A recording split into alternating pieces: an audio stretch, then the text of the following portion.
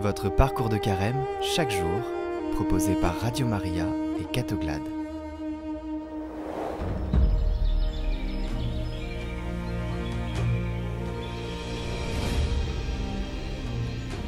Aujourd'hui, avec la communauté de Chabeuil qui va nous accompagner toute cette semaine sainte, nous allons méditer le passage où Jésus annonce la trahison et le reniement.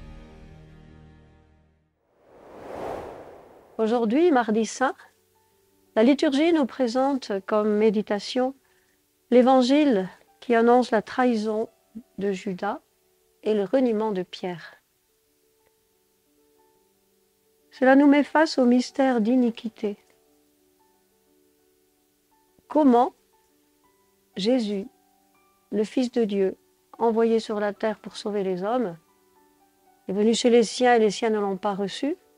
Pire encore, ses amis l'ont trahi, renié, vendu. Cela paraît incroyable. Et à ce mystère d'iniquité répond le mystère de la piété de Dieu. Et ça, nous allons l'approfondir dans la première parole de Jésus en croix. Père, pardonne-leur, ils ne savent pas ce qu'ils font. Il faut bien nous situer, c'est le vendredi saint. Jésus vient d'être dressé sur la croix, suspendu aux yeux de tous, à la croisée des chemins qui arrivent à Jérusalem. Il est au paroxysme de la souffrance. Son corps est une plaie vive. Ses mains sont percées par des gros clous qui touchent le nerf médian. Ses muscles sont tétanisés par d'atroces crampes. Et au-dessous, ses amis sont là qui triomphent. Ils sifflent, ils le voient se dresser sur la croix. « Et toi qui détruis le temple, il le rebâtit en 3 jours, allez, descends de ta croix. » Tu n'as sauvé d'autres qui se sauvent lui-même. Lui, le roi d'Israël, le Messie. Qu'il descende de la croix et nous croirons en lui.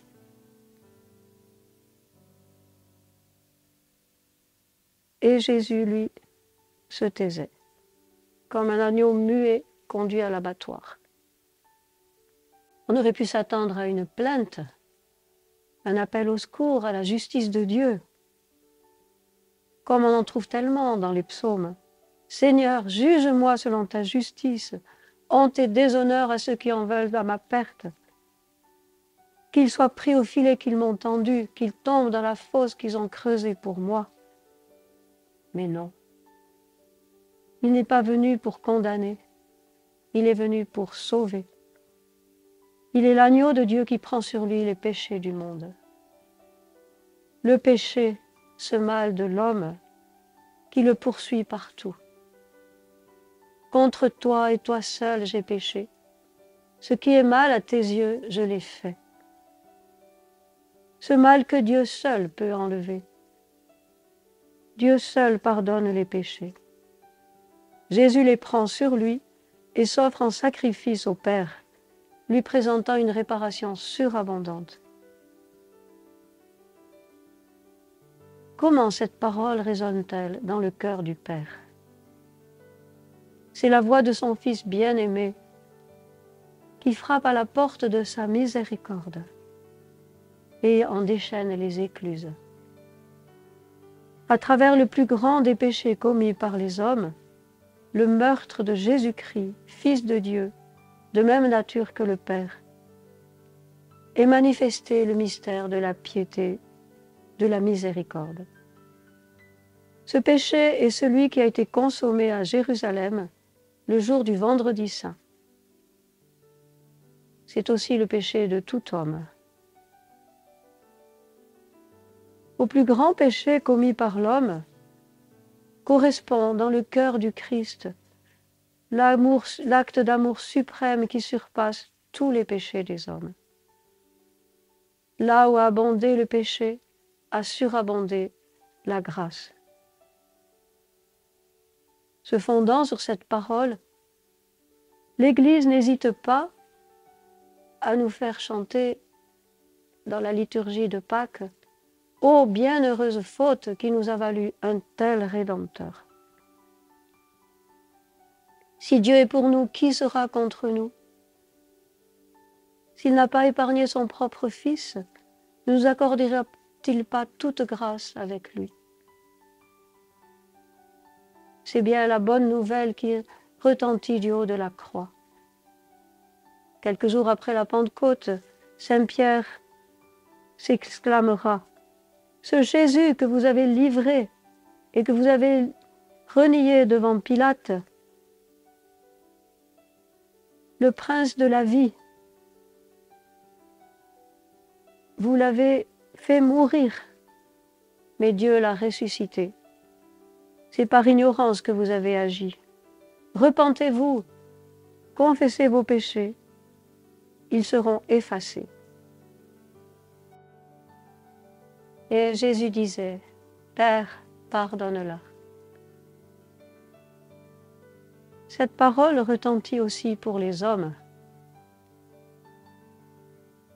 Elle a été adressée à Dieu. Mais comme disait Jésus à la résurrection de Lazare, « Je sais que tu m'exauces toujours, c'est pour eux que je parle. » Comment retentit-elle cette parole dans le cœur de Marie?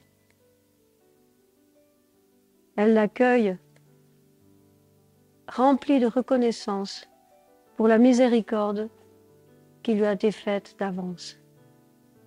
Elle a été préservée de tout péché. Elle l'accueille aussi comme un appel à pardonner à ceux qui sont en train de torturer son Fils, à pardonner à tous les pécheurs que nous sommes. Comment a-t-elle accueillie par ceux qui étaient présents à ce supplice? Nous pouvons peut-être nous imaginer au cours de la journée, essayer de penser comment l'a accueilli Jean, Madeleine, surtout les deux bandits qui étaient à côté de lui. Et moi, comment est-ce que je l'accueille? Elle a été dite pour moi aussi.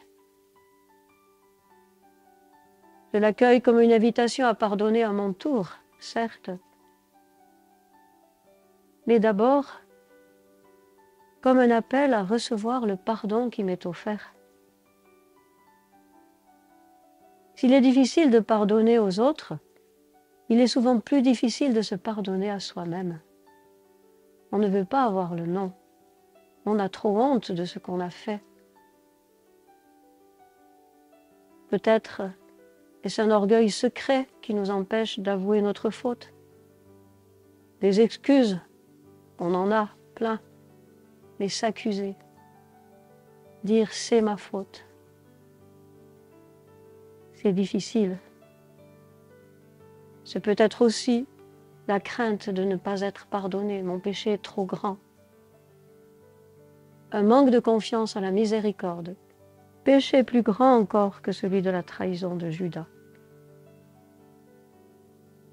En cette préparation à Pâques, le Seigneur m'attend au sacrement de la réconciliation.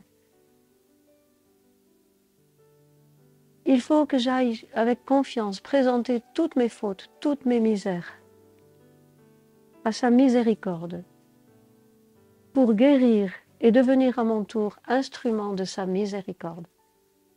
Il me fera part aussi de la joie qui est au ciel pour tout pécheur qui se repent.